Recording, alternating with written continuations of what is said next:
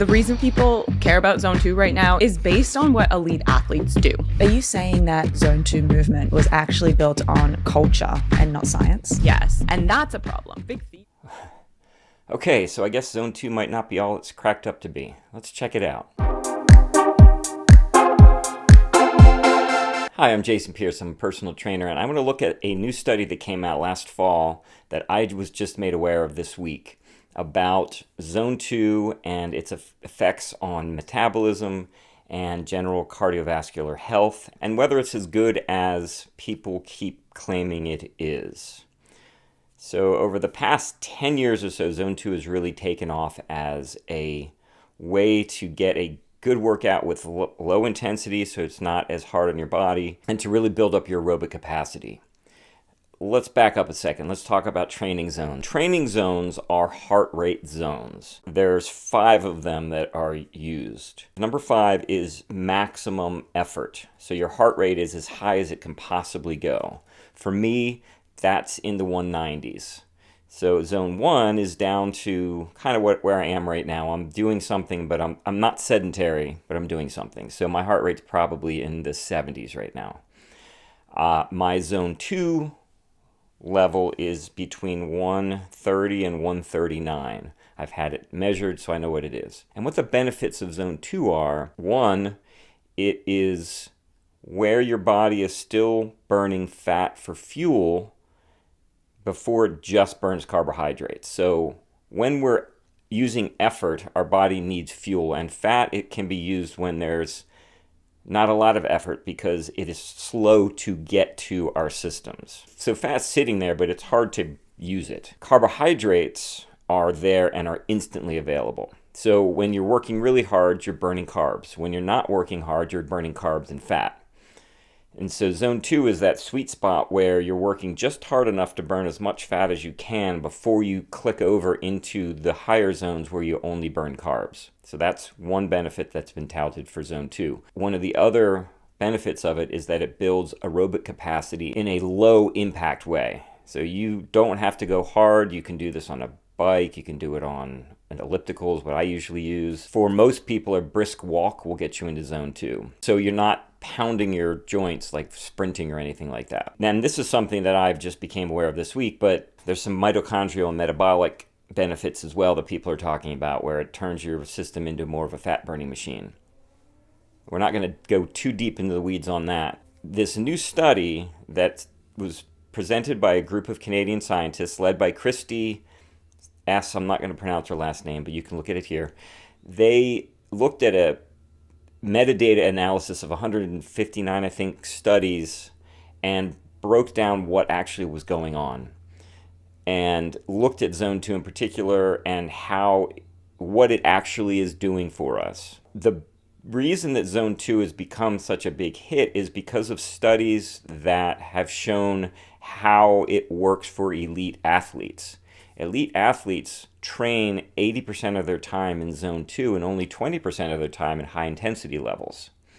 So the logic was the rest of us should do the same thing. Okay, so that makes sense. Yeah, if it's working for elite athletes, well, what the study looked at is, yeah, but an elite athlete is working out hours a day. Most of us work out hours a week, right? So I work out maybe 5 hours a week, depending on what's going on.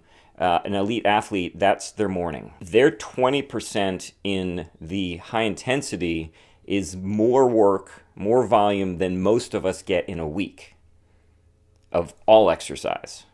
Does that make sense? So the study is saying, well, perhaps that is where the benefit is coming for these athletes, not the 80% where they're doing low intensity stuff. You can't compare elite athletes to us regular people who don't work out as much because we're training completely differently.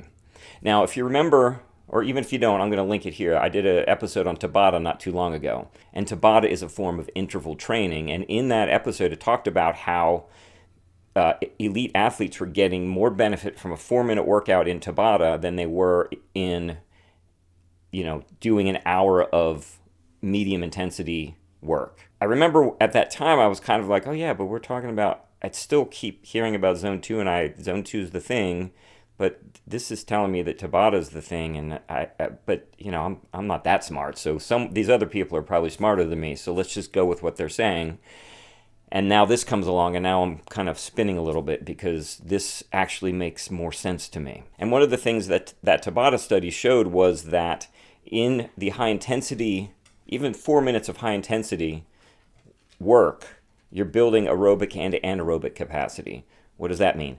Aerobic is like your ability to run a marathon, so endurance. And anaerobic is your ability to do a 100-yard dash, so quick bursts. And you need both of these if you're going to have really good health, heart health, for example. But also if you just want to be a weekend warrior, you need both of those. Even to play tennis or something like that, you need to be able to last a long time because tennis takes a while. But you need to do those short bursts to go get the ball when it's out of reach. The high intensity builds both of those. The low intensity, zone 2, only builds aerobic capacity, which makes sense because you're not doing anything that would get your heart rate elevated enough to build the anaerobic. You get both benefits from the high intensity, so you don't necessarily need to do zone 2.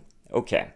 But what about the fat burning? So this study looked at the fat burning and says, well, guess what?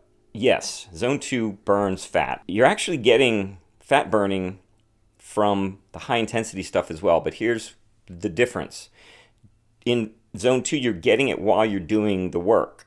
In the high intensity, it's not happening during the work because you're not burning fat, right? You're burning carbs because the fat takes too long.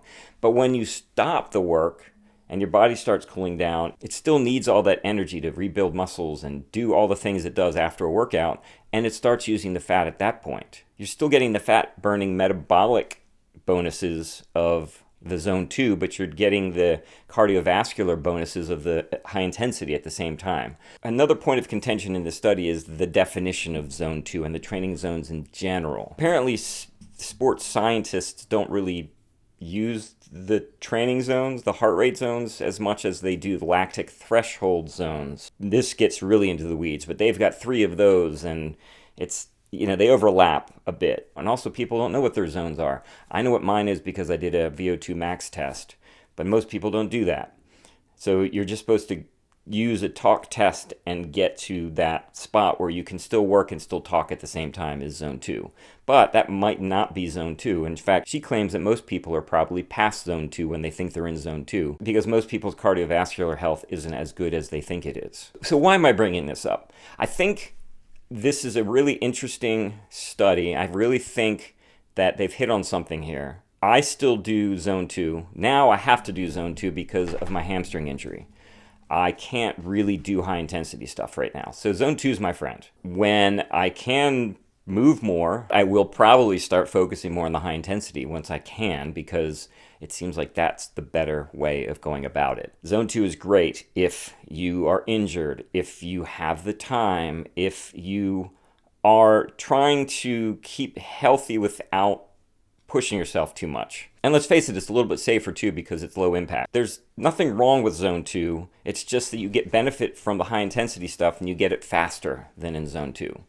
So perhaps instead of trying to carve out those 3 hours a week of zone 2, do 1 hour of that and get more of the high intensity stuff in. I'll be looking into this more. I'll be trying it. I'll be recommending it to people, and we'll see how it goes. And I'm also going to be keeping an eye on these studies and where the conversations go. I hope you found this interesting. Please like and subscribe. I'm really trying to get YouTube to pay attention to me, and it really doesn't until you have about 500 subscribers. And I've got in the 50s. I'm going to link the podcast and some of the articles that I've read on this so you can check them out yourself. Hope you enjoyed this, and as always, stay healthy.